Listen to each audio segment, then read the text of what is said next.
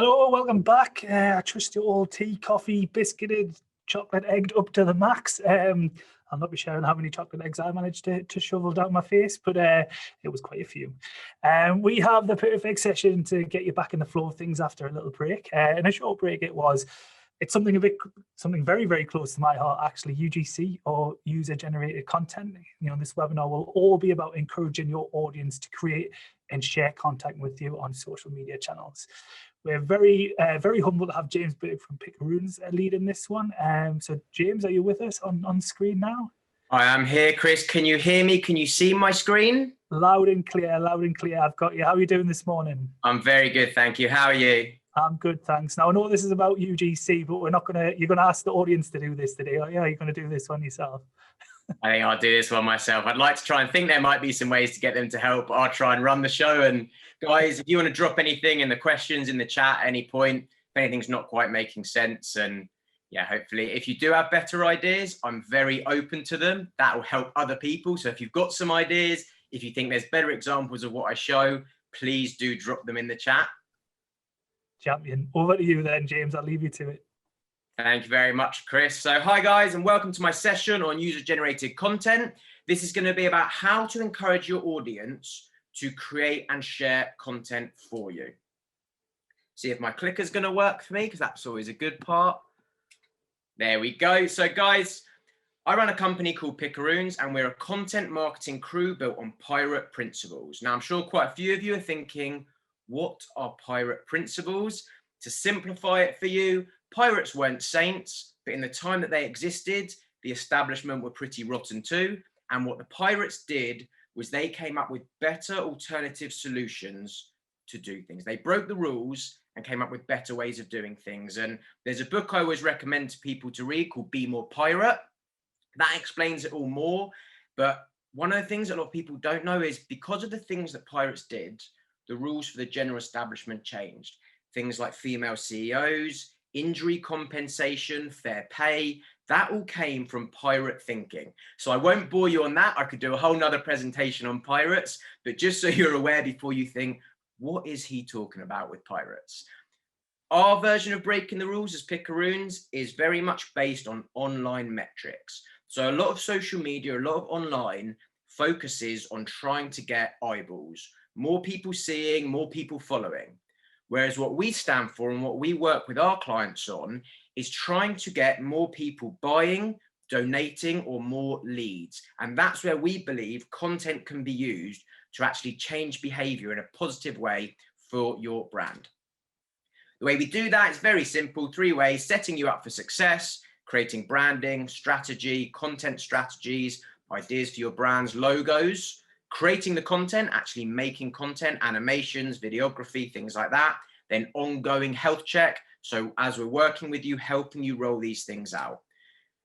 The brands that our crew have worked on, so it's a crew of people that are involved in Pickaroons, and you can see here, we've got experience across a wealth of many different brands. So what I'm going to be taking you through today is things that we've learned, tips and tricks that are used by these brands, but that we can apply to you. And for us, the clients that we work with day to day and ongoing range from small charities, we've got small to medium charities, big businesses. We work with Facebook, we're working with a Hollywood animation studio. So I'm hoping that, I know we've got a real mix of people here today, but that whatever I'm going to show you, there's going to be something you can take away from this. So the next 45 minutes, what we'll do is a bit of an introduction, give you a bit of context as to where user-generated content sits for your business so that it makes sense. Then we'll really spend the bulk of the time on how to encourage your audience to create the content for you. Then we'll talk about how to get started, because it's no good me just taking you through, here's all the ideas. You also need me to be able to say, well, actually, now here's how you can go away and take this and put it into practice. So please do remember that, where there might be parts when it feels like I'm giving you lots of information. At the end, I'm going to break down, here's what you can now do with this. Then we'll talk about some best practices, things to keep in mind, how to curate, again, how you can actually action that in an easy way. And then we'll have a bit of time for questions, but I believe I'm also going to be in the session afterwards for the extended Q&A. I know Chris had the slide up before, but please do use the hashtag for today, Heritage Digital Now. I think the handle is heritage_NGOs, tag them as well. You're free to take pictures of any of these slides. And I believe that at the end of this, we're going to be able to provide you with PDF of all the slides as well. So just for you to be aware, please put the questions in the box. I'm not able to see the chat at the moment.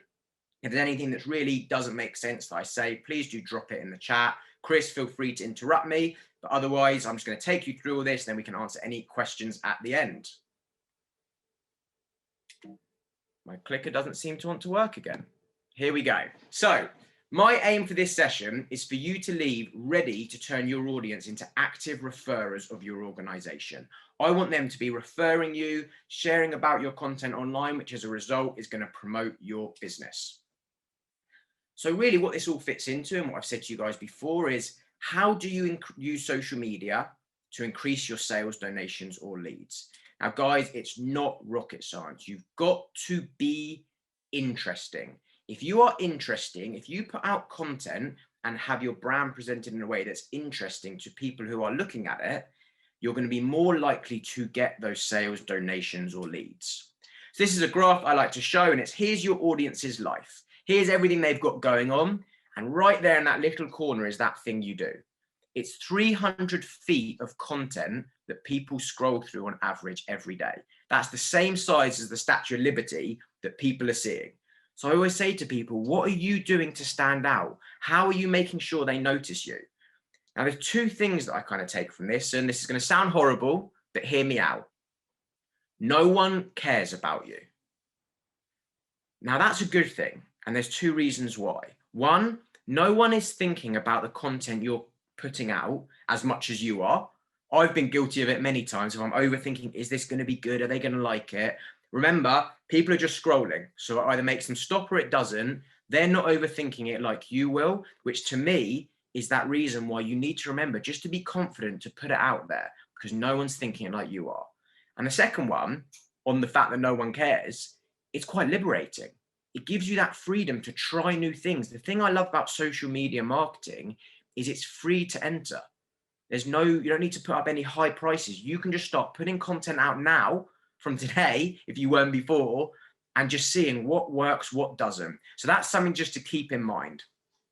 Back to my being interesting. So if you focus on being interesting 90% of the time, my guiding theory and what we apply for all of our clients is then when you put a call to action, when the other 10% of the time you say, sign up here, buy this, go to this site, visit us here, it's going to be more likely to land because the rest of the time you've been being interesting and building that relationship with your audience. So I hope that gives you guys a bit of context as to the mindset that I want you to be using when we now start curating and creating the content. When I refer to social media throughout this presentation, I just want you to be aware that these are the ones we'll be covering: YouTube, Facebook, Instagram, LinkedIn, Twitter, Snapchat, Pinterest, TikTok. All the tips and tricks I'm going to give you are going to be relevant to any of those channels. But I just want to make it clear that don't try and be across all of them. I always say to people, try and pick two and really focus on being expert at those. Then once you figure out your style of content, what you're doing, then you can branch out to some of the other channels. But just so you're aware, whenever I refer to content on here, a lot of the examples I'm going to show you will have Instagram format, just because that's where I gather a lot of the content inspiration from. But you'll be able to use that thinking across multiple channels. And also a lot of these ideas, and you'll see where I point it out, are things you may be able to use on your website as well. So the three types of content you can put out: there's creating, which is making the content yourself, whether that's having the photography made, the animations, graphic design, you having to think up the ideas. There's the collaborating, which is maybe you partner with someone else and you make a report together, you do an interview series. But then there's curating, and that's the one we're going to focus on today, is curating, which is sharing content from others. So I've actually got a social media ideas book called 104 Social Media Content Ideas to Increase Sales. And these are 2 pages from it and 2 very easy ways I want you to think about how you can curate. So I can't see you all right now, but maybe just nod along to yourselves of who has shared an article before on social media, or a video or a photo. Because if you've clicked that share button on any of the platforms, you have curated. And what I want you to get in the mindset of for the context of this presentation is you're going to be curating, but under the lens of your brand. You're going to be curating with a strategic part behind it. I have clients and all they sometimes do is just share relevant news to what they do. But by being that news source, they get very high engagement. And it's those type of things that I want you to think about. Here's two of the ideas. One is just read industry news and share interesting content. And the other is you can share an influencer's content.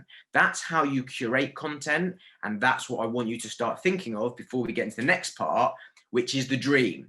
The dream is that instead of you just having to look for the news each day, look for relevant things that you could share, your audience are creating that content for you, tagging you in it, sharing it with you, and then you are sharing that. And that is what the user-generated content is. That's what we're going to be focusing on today. So user-generated content refers to content related to your brand that's created by someone who's not an official representative of your business.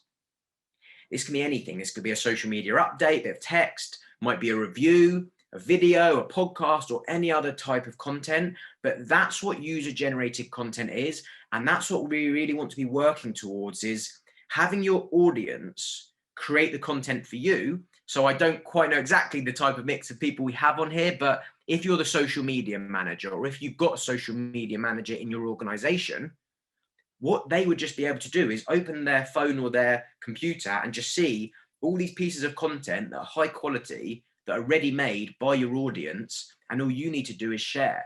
And what I'm going to be covering now is all the different ways you can do that, some of those benefits. So I love a good statistic, and I think here's just some statistics to back up what I'm saying, just in case you're thinking, James, not sure of this one.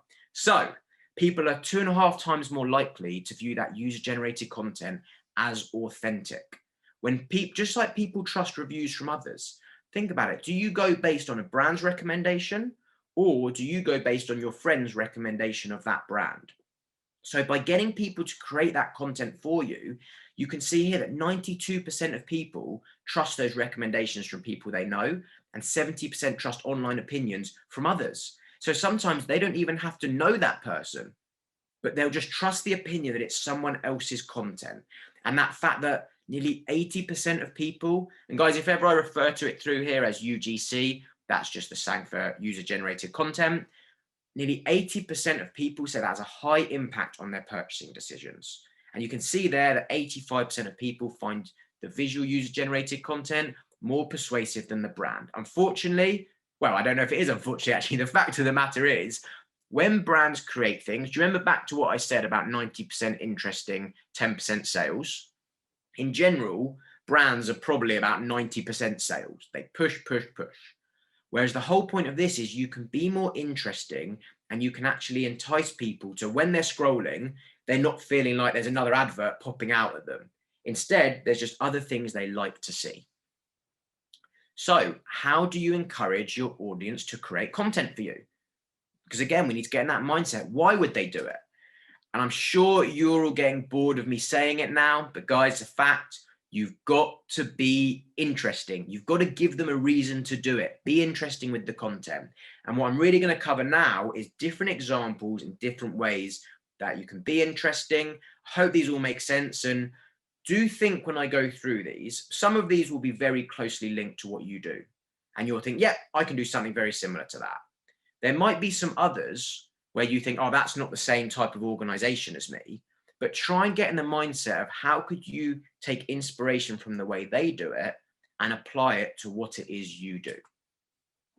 So start with Starbucks. Every December, Starbucks does the Red Cup contest, and that's just to promote these cups. I'm sure you've seen them on social media. And you can see here that what they'll do is they will share the highest quality images. So it's encouraging their coffee drinkers to submit those shots. I think they give them, some of them, gift cards if they share like this. But again, is there a way, is there a product related to what you do? And if it's not a product, is there something that's seasonal? You could say around Christmas, we want to share all of your pictures of this. Take pictures of this at our museum, on our organization, at our location. So think about that, how you can have something that becomes instantly recognizable, where it's the red cup, something maybe bright, and then you can apply that to your organization. And guys, throughout this, because I've seen in the last chat that you guys are being really engaging, which is always great, drop any thoughts or any ideas you have, because I might not see it till the end, but someone else might see it now. Drop them in the chat, might give them some ideas that they could work with as well. So English Heritage did Adventure Quest. So again, if you follow the official English Heritage account, you can enter the competition by sharing your favorite photo of an English heritage site. Now, what they've got on here, and you might be able to see it's quite small, but they put out very clear of share your favorite photo of a site with the hashtag Adventure Quest and make sure to be following our page. That's it. Very simple. Guys, I'm going to cover this again in a little bit, but dogs, animals, if you can get those in the pictures, they always work wonders.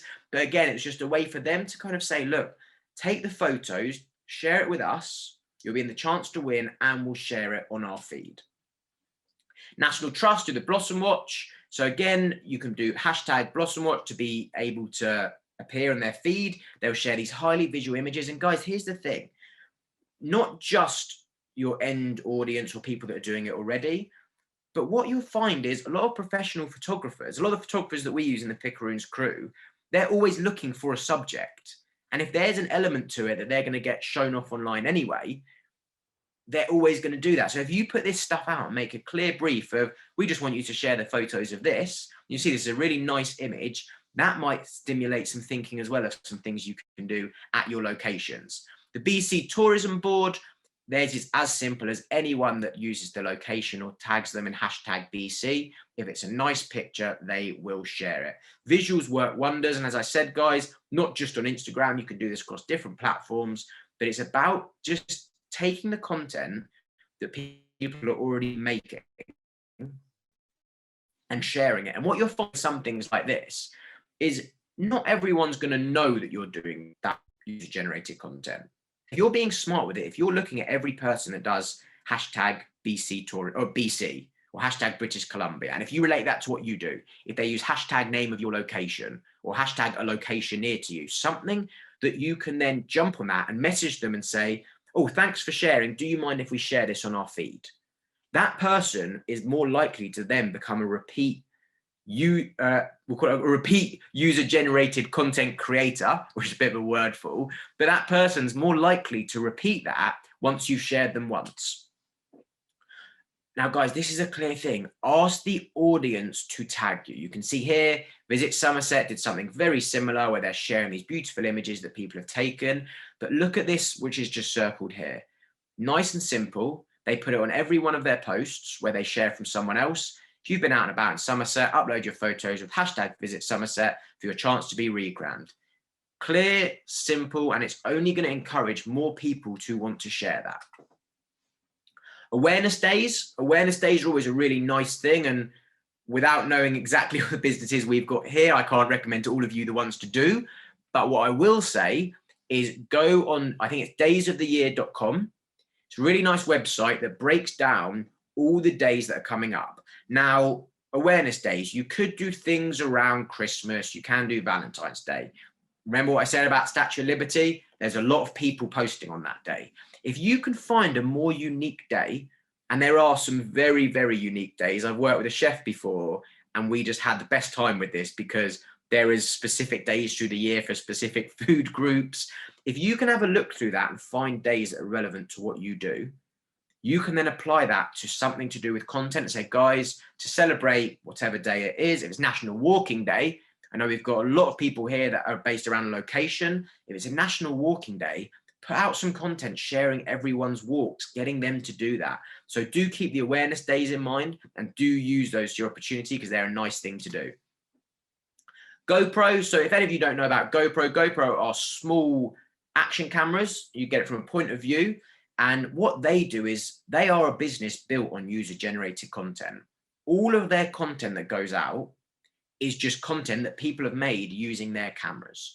And what they do for that is they get very smart with it. So they do the GoPro $1 Million Challenge, and they use this, and this might be an idea that might spark something in someone, that they use this for an advert. So they say, if you share your videos, we've got $1 million pot, and anyone whose video we use in our advert for this year is going to get a share of that $1 million pot. So all of a sudden, they've incentivized these creatives to really get creating, and then you're using that content in an advert. I worked with a musician, and what we did with him was we got people just to share their videos, singing along to his song, saying, this is going to be in my next music video. Very simple. People like to be involved. They like to be shown off online in like a nice, friendly way. It's fun. So think about something like that. Is there a way you can, whether it's a pot of money or a reward or something, do something that encourages people of, actually, we're not just going to share a post. We're going to be incredibly creative with the post. And my thing is always, going back to our pirate style, they win because they get some money or a prize or just the feeling of satisfaction of being shown off online and part of something creative. And you win because you get some beautiful content. Everyone in that process wins. Denver Museum, so through COVID, with everything going on, and she'll take this moment to say, I hope you're all okay and everything has gone well in this time, that now you're starting to feel a bit more positive about where we're going to be going. But Denver Museum, what they did was during COVID, and as things start to open up for us now, they curated content just to show, here's kind of the new normal. Anyone's pictures in the location, they just shared it. And guys, you could do something, I'm kind of thinking out loud here, but something you could do is maybe if people are entering your location, wherever that is, whether it's outdoors, indoors, you could have some sort of sign or something up which says, tag us, hashtag Denver Museum in any of your photos to feature on our account. Have something before people go in, because this isn't just about online. You can use offline thinking to encourage people to take those online actions. Learn from the content. So even if you don't share people's content, my background's actually in digital insights. So it's analyzing all different social media content to try and pull out trends. So even if you don't share some of this content, you might just start to see the things that people take photos of. Let's say if you're a museum, you might find actually the main thing that people keep taking photos of is this one object we have. So maybe we should put that one object on our posters, because that seems to be the most popular for people. So you can use this as a kind of secondary benefit. When you get people to share things, you actually learn what they like about what it is you do, which can then help influence other campaigns you have. York Art Gallery curated a collection during COVID. So they actually invited people to choose the paintings they love and said, look, which painting you miss the most? We're going to create a new exhibition this August. Please vote for these. People voted online, and then they used the 10 most popular to feature in the show. And there's going to be accompanying labels written by the voters. So again, it's just a really nice idea to essentially do similar things to what you do of curating, but apply it to give the audience chance to be part of that. Klook Travel, so they're an online concierge for travel experiences in Asia. And what they do is they encourage people to share their art. So they essentially created like a online pawn shop. And it was, if you share a photo with us, you get a discount to this activity or on your next holiday. So is there something like that you could do? Could you do share your photos of our location? And if you do, we'll give you a 10% discount next time you buy a ticket. Is there something like that you can do?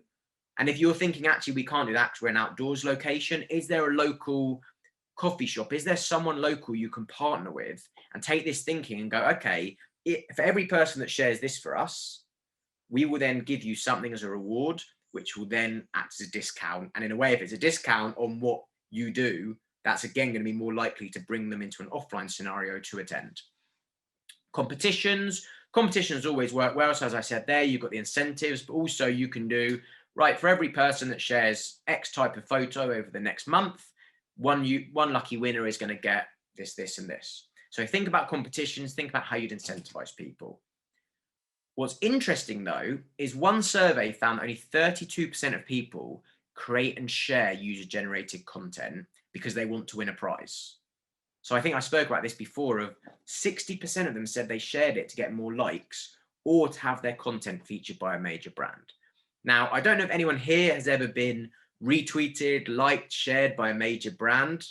Now, even though we all know it's just someone like me sat behind the screen, just sharing it or engaging, it's a nice feeling. It's just a nice little win. So remember that it's a nice feeling when a big organization shares your post or shares your picture that you did. So actually remember that when you're creating content, that yes, competitions can work well, but for a lot of people, it's just the opportunity to have their creative or their visuals appear somewhere. So Adobe, speaking of the creative, if those of you who don't know Adobe, they have like Photoshop and all the online design packages, and they create Adobe Perspective. And all that is they source and share content from artists and people who use their software every day. So people are already using Adobe to create content, and they just show it off. So again, it gives those people that platform. York Museum did a Trust Curator battle. I don't know if anyone's aware of that. Really, really nice idea. And it was a weekly curator battle where they challenged other museums and visitors to put forward objects related to a particular theme. Now, guys, I'm not going to tell you what to do. And again, this goes back to some pirate thinking. So for us, if I ever see another big marketing agency or someone that I think their work is great, we go and partner with them. We go and create content with them. We build those relationships instead of viewing them as a direct competitor and they're going to take all our audience. So if you guys could think, how could you interact with other museums, with other locations, with other transport hubs? What other things similar to what you do could you relate with? And it's daft, but it is just the language of the internet.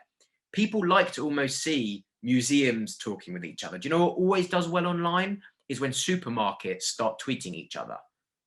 It always does well. So what Yorkshire Museum did here was genius, because it was saying, we're not going to be precious with this. We're going to lead this, but then we're then going to let other people put theirs in. So theirs was almost, as you can see here, what's the creepiest object? And now share yours. And guys, look at those numbers, 1,000 comments on that, because you gave people a reason to be part of a conversation.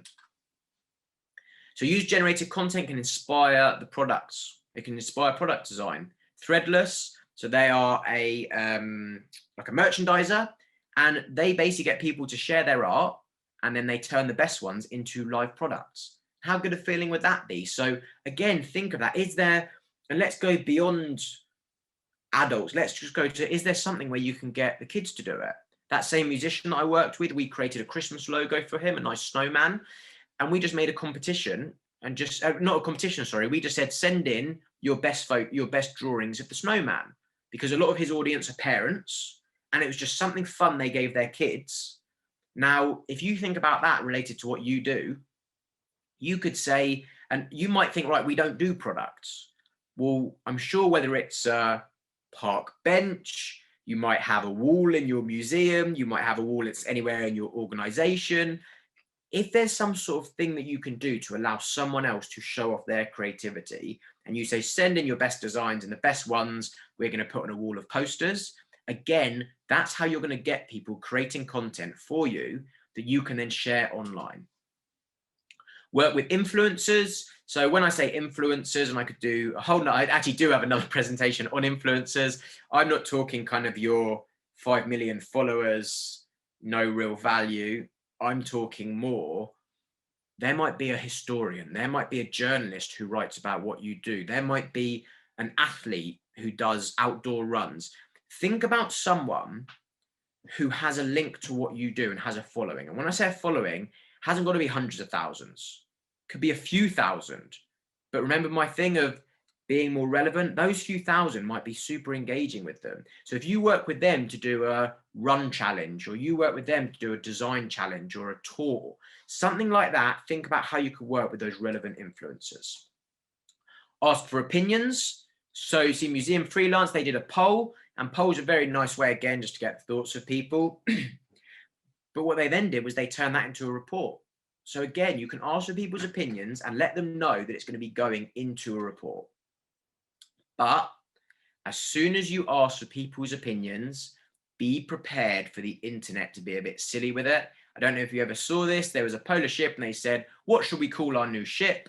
And the internet found it. And as everyone likes to have a bit of a laugh, they turned it into Boaty McBoatface.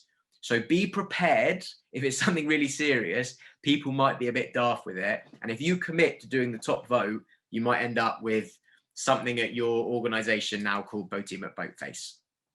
You can share tips. The Ditching Museum of Art and Craft, they do Instagram tutorials with Create to Relate, and they will get people to create their content. They will then show it off. So again, this isn't just photos. This can be videos. This can be create your video. Lots of organizations do this. They say, could you create a video guidance? And again, guys, this is kind of a way that you can think this will help you find some influencers as well. This is a nice task you could give the influencers and say, look, we've got this large platform. If you create this content, we'll put it on our platform. It will kind of show you off. And again, it's the win-win-win. Wholefoods haul, so Whole Foods in America, they just do the hashtag Wholefoods haul to encourage shoppers to share photos of what's in their shopping cart. Nice and simple one. And again, some of you might be thinking, we don't have a supermarket. Like I say, off the top of my head, you could do something like, let's say people can collect pine cones on the walk, or when it's conkers, or near me, I know there's some bluebells at one point I think in the spring they will pop up. So you could do something like that of share what you found, share what you've created, and share those, and then we'll share it. University of Wisconsin. So this is again where I spoke to you guys about taking online and maybe applying it to another social media and applying it to another part of your business. So what they did was they just have, for where they had graduates, everyone that used the hashtag UWgrad, they put them all onto a microsite on their website. So again, you can take that social content and maybe make a whole page on the website. Greenham Tower uses geotagging. So I won't go into too much detail on geotagging right now, but I will say is give it a Google how to geotag. And what they've done is taken a location. It's a great idea. And they've got it on their website where every time someone posts using that location, that now appears in a page on their site. So instead of them having to maintain an Instagram, they almost do it via this. So that's a really nice idea to think of. Visit Bloomington put together a challenge called the Btown Summer Challenge. And guys, this is something really fun you could do.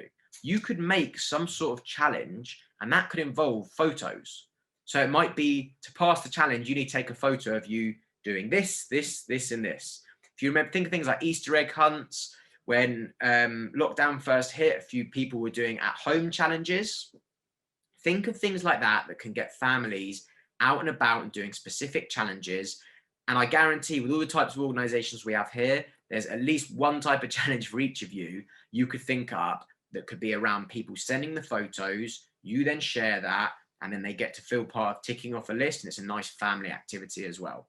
Sharing experiences, so quite a few organizations have done this to kind of curate at this time. This is for offline connections as well. With the time that and everything we're going through at the moment, they're getting people to create and share videos of how they've felt during the pandemic. I think it was the Canadian Museum of Human Rights. They did one of what acts of kindness have lifted your spirits. So think about things like that. Can you get people to share their experiences and you then share that on your content? Again, it's another way for them to do that. Irreverence works wonders. As I said before with Boaty McBoatface, things are a little bit different, a little bit fun in that sea of content. It helps it stand out. So a few little ideas of things you could think about. And I spoke about animals before. So camping with dogs. So this is actually for a brand in the US who create content, who create products for dogs. But if you think of that same thing, if you were to say to people, can you get pictures of you on doing one of our walks, or you in our museum or in our location? Or if you were to say, take a silly picture or do a specific pose, or if it's something outdoors, or if you're allowed them indoors, take a photo of your animal. And then it becomes a whole feed of the animals, of people doing a silly pose, something a bit more fun. That's the type of stuff that people are more likely to get involved in. You can also think about the details. So these ones are a bit more unique references, but I just think they could give you guys or spark some good thoughts. So Cactus Magazine is a social media feed that just shows everything to do with cactuses. Now, if you think of that related to what you do, instead of always doing big photos, you might just curate the small details. You might just create small details, and your whole feed is filled with small details related to your organization or your location or what people would see there. So think about that type of thing. Is there something a bit different you can do that's going to help you stand out and not just be another person, which isn't a bad thing, but just sharing photos of the location in a kind of wide lens. A unique theme as well. Color. So you see here, Yellow Lovers Magazine, everything they post is just yellow. It's bright colors and it makes the feed really visual, but again, it's a unique thing. So you might think of a specific theme, especially if you're an outdoors organization. And this one works especially when on Instagram, where like the whole feed I always say to people, imagine your Instagram feed as your shop window. When people first arrive on it, there's got this overall aesthetic. And if you were to do something on Instagram specifically around a color or around a specific visual, then that's going to give the feed a really nice, unique look and feel. So how to get started on this? So first is start by creating the post yourself. You need to almost create the examples for people to see what type of things should we be creating. So put those out, make the type of content you want to see, and then you kind of start the ball rolling. Second one is put out a post asking for content. So actually put, as we saw some of those calls to action before, put out a post that says, can you please share any of your images and tag us using X, Y, and Z? So think about that to actually ask for it. Create a great hashtag that the audience can use and be very specific with a hashtag. I always recommend testing it out on a few people, because sometimes I've done it before. I write a hashtag, give it to someone, they read it in the completely wrong way because it's all one long word. Try and keep it as short and memorable as possible. Otherwise, people won't remember what it is. Put up a poll, put up something kind of saying, what content would you like to see? What's your favorite? What would you like to do? What are you missing the most? All different polls, again, can act into content, and you almost say, share yours. Think of the York Museum's Curator collection. The poll could almost be a send in yours. Create a competition. So incentivize people by creating a competition of the best photo wins or one photo wins, something like that. Put that out. Offer rewards. So we spoke before, you could do a 10% off. I've seen it before. I can't remember the exact example, but imagine if I was turning up to your organization, if it was the type of thing that's ticketed or entry, and it was like, all you need to do is show us on your phone where you've taken a picture of, and you get 15% off. So you could almost say, show us a photo on your phone of where you've taken a picture at one of our locations, and we'll give you 15% off your ticket. So think about that. Ask questions. So a big mistake a lot of people make on social media is they just put out statements. Whereas if you ask questions, people are going to be more likely to then give you those answers. And think of a lot of those examples I showed you. A lot of them were just people asking for audience input. Look through posts that have tagged you. So I don't know enough about, some of you might already be doing a lot of this. And if you have, I hope there's been a few examples here that have given you some extra ideas. But if you haven't, one of the first things to do now is go and have a look at through all the posts that have tagged you before on all the different social media platforms. If you're not sure how to do that, just Google and say how to look at tagged posts on Facebook, Instagram, and so on, because they might already just be sat there, but you haven't noticed them before. And it's not too late for you to now use them and share them. And look through posts that have tagged your location. If you're a location-based organization, think of the Visit BC, look through any posts that have tagged your location, used your location. And again, that's how you're going to automatically find some content to get you started. Best practices, always request permission. And a tip, guys, because sometimes people think, oh, it's a lot of effort to have to message each person and say, we love this photo, is it all right if we share it? What you can do is you can create the caption, so it's just a copy and paste job. And second, just because someone tagged you, they might not be following you. Whereas when you then go and comment that and say, can we share this? That person is going to be much more likely to kind of get back into your loop of following you, of checking you out, going, oh yeah, I remember that place. So do that. Do request that permission and credit the original creator, not just because it's what you should do is credit the person that made it and not pretend it's your own, but more because, again, that then allows them to show it off to their audience. And if we're talking about the potential, which I think all of you have, the potential of having some professional photographers create content for you for free, they will have massive audiences and even more reason for you to credit them, because then when they share it, their audience are then going to be interested in you. Best practice if you're doing a campaign. So if you're actually not just going to do this ongoing, but think we're going to run a bit like the GoPro $1 Million Challenge, a campaign. So the first one is define your objective, the type of campaign and the timing of the contest. Make sure you've got those crystal clear. Be specific in what you require to avoid any confusion. Do you remember a few that I showed you earlier? They're just almost 2 or 3 bullet points. Here's how to enter. Use an eye-catching image or a graphic to promote. So this is the type of thing that we design these. I'm sure a lot of you have in-house designers, but if you don't, and if you're really low on budget, I'd always recommend checking out a tool called Canva, C-A-N-V-A. It's a brilliant tool for being able to create easy, eye-catching templates and content. It's a really nice one that I'd recommend checking out. Make your contests mobile friendly. Remember, the majority of people now are on mobiles. So don't always, if you're designing a website, if you're creating the content, try and make it in a way that's going to fit on a mobile. It's not going to be massive posts. And again, if you're unsure, you can use Canva to create, you can almost put in Instagram post and it will give you the right size for that. Incentivize the sharing, a bit like we said before, give them a reason to do it. And that reason, as we've said, hasn't got to be monetary, hasn't even got to be a reward, but it could be, we're going to share your content on our feed. Add an urgency factor. Because if you just say, we're going to do this, this is a contest and it runs for 1 year, I'll do it later. Or if you say, right, in the next month, make that time on there to really encourage people to do that. Always ensure you're adhering to platform rules around promotions. Again, guys, just Google, like, what are the rules around running a competition on whatever the platform is. How to curate. So first one, find. You need to find the content first, and that would be through your social media platforms, through people tagging you, or it could be through your email. It could be that you ask people to email them in, email their photos. They're good ways to find. Once you've found them, you need to save the content, because let's just say we hope that today has given you some inspiration, that all of a sudden you're inundated with people sharing content with you, and you're not going to be able to share all of them in one day. So you can save to bookmarks on all your different social media platforms. You're able to save posts. So I have a whole folder on our Facebook and our Instagram that features content from all the different creatives that work for us, which then means I can just go in there, and if I know once a day I'm going to share one of the creatives that works for us post on our Instagram story, I know I can just go into that folder and have all the content there. So whether it's saving to bookmarks, screenshotting, or you might save it just to the files in your social media, you can look at how do you actually gather all that content so it's all in one place.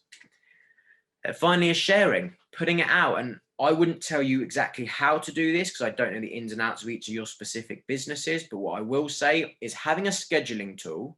If you use something like Hootsuite, which I think if you're a charity has a charity price on it, as does Canva. If you use something like Hootsuite or Buffer, or even now Facebook has a scheduling tool built into it, you can schedule the post in advance, or on a whole nother training on how you can run the process in an easy way. But check out the scheduling tools, or put it in your diary like you would a daily task. So if every day at midday you have in your diary, share a social media post that's been created, actually diarize it, and that's how it will become a bit of a habit and be a lot more easy to manage for you. So guys, that is the end of my presentation now. If you've taken pictures today, please do put them up, tag me on any of these. Likewise, connect with me on any of these, get in touch. Please do use the hashtags. And yeah, thanks to the Heritage Digital for putting this on. I think it's a great event, and I hope you found that of use. I haven't seen the chat box, so now I'm going to find out if you did find it of use, or if for 40 minutes you were all saying, what does that mean? I don't understand. This is terrible. Amazing. Thanks very much, James. That was an amazing, fantastic talk. So many variations of great examples and even better tips. I do love all things UGC, if I'm quite honest. I think they're it's one of the most creative tools in a marketer's arsenal. And I also love Canva. I think that'll be my lasting legacy at Charity Digital, to be quite honest. We've got a few questions coming in for you. So I'm going to start at the top. We've got 4 minutes for questions, plenty of time. First of all, for an anonymous attendee, any advice for a local authority museum where we aren't allowed to share personal posts from the public, as it could be seen as endorsing that person? We can comment but not /share. Sorry if you heard the ambulance in the background there. No, that's all right. That's a very good point. So one thing I say to people as well, for all of you, is write down what you don't post about.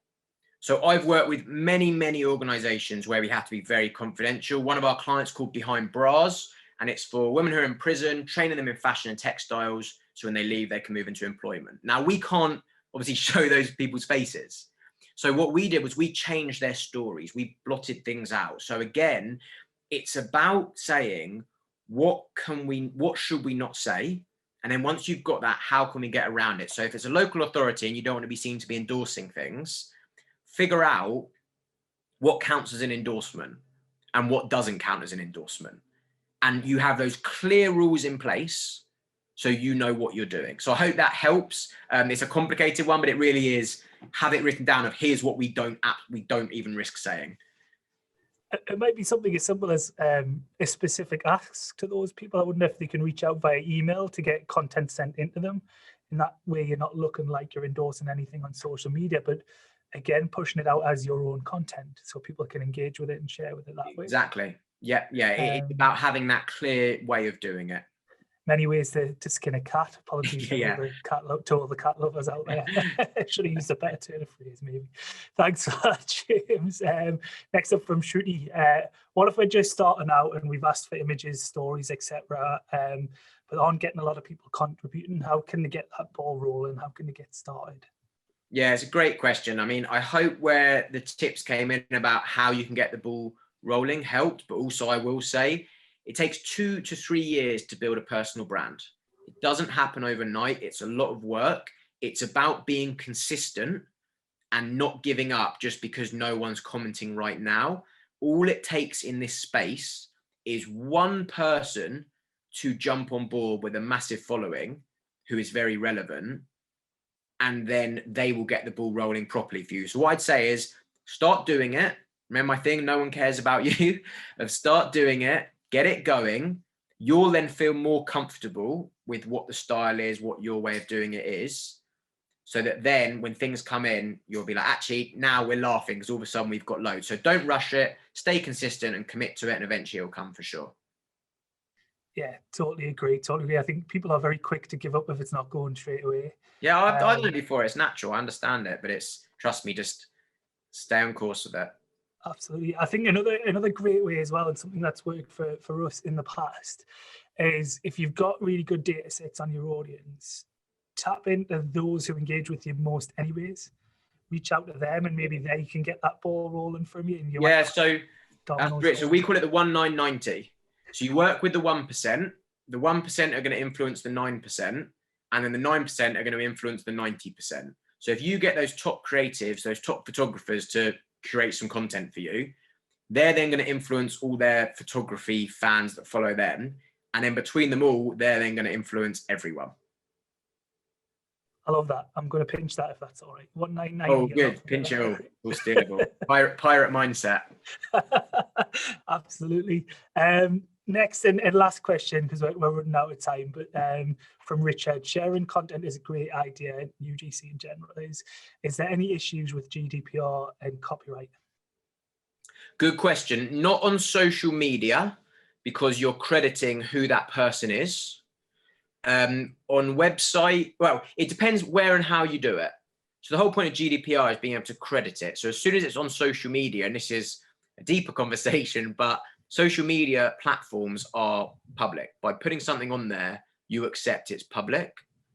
So there's no issue on that. If you were to then use it as the header on your website, then you're maybe in trouble. If you had like a feed on your website that says, here's everyone's post that tagged us, then you're all good. Lovely. Thanks, James. I really, really enjoyed that talk. Thank you very much. I'm glad. Thanks, everyone.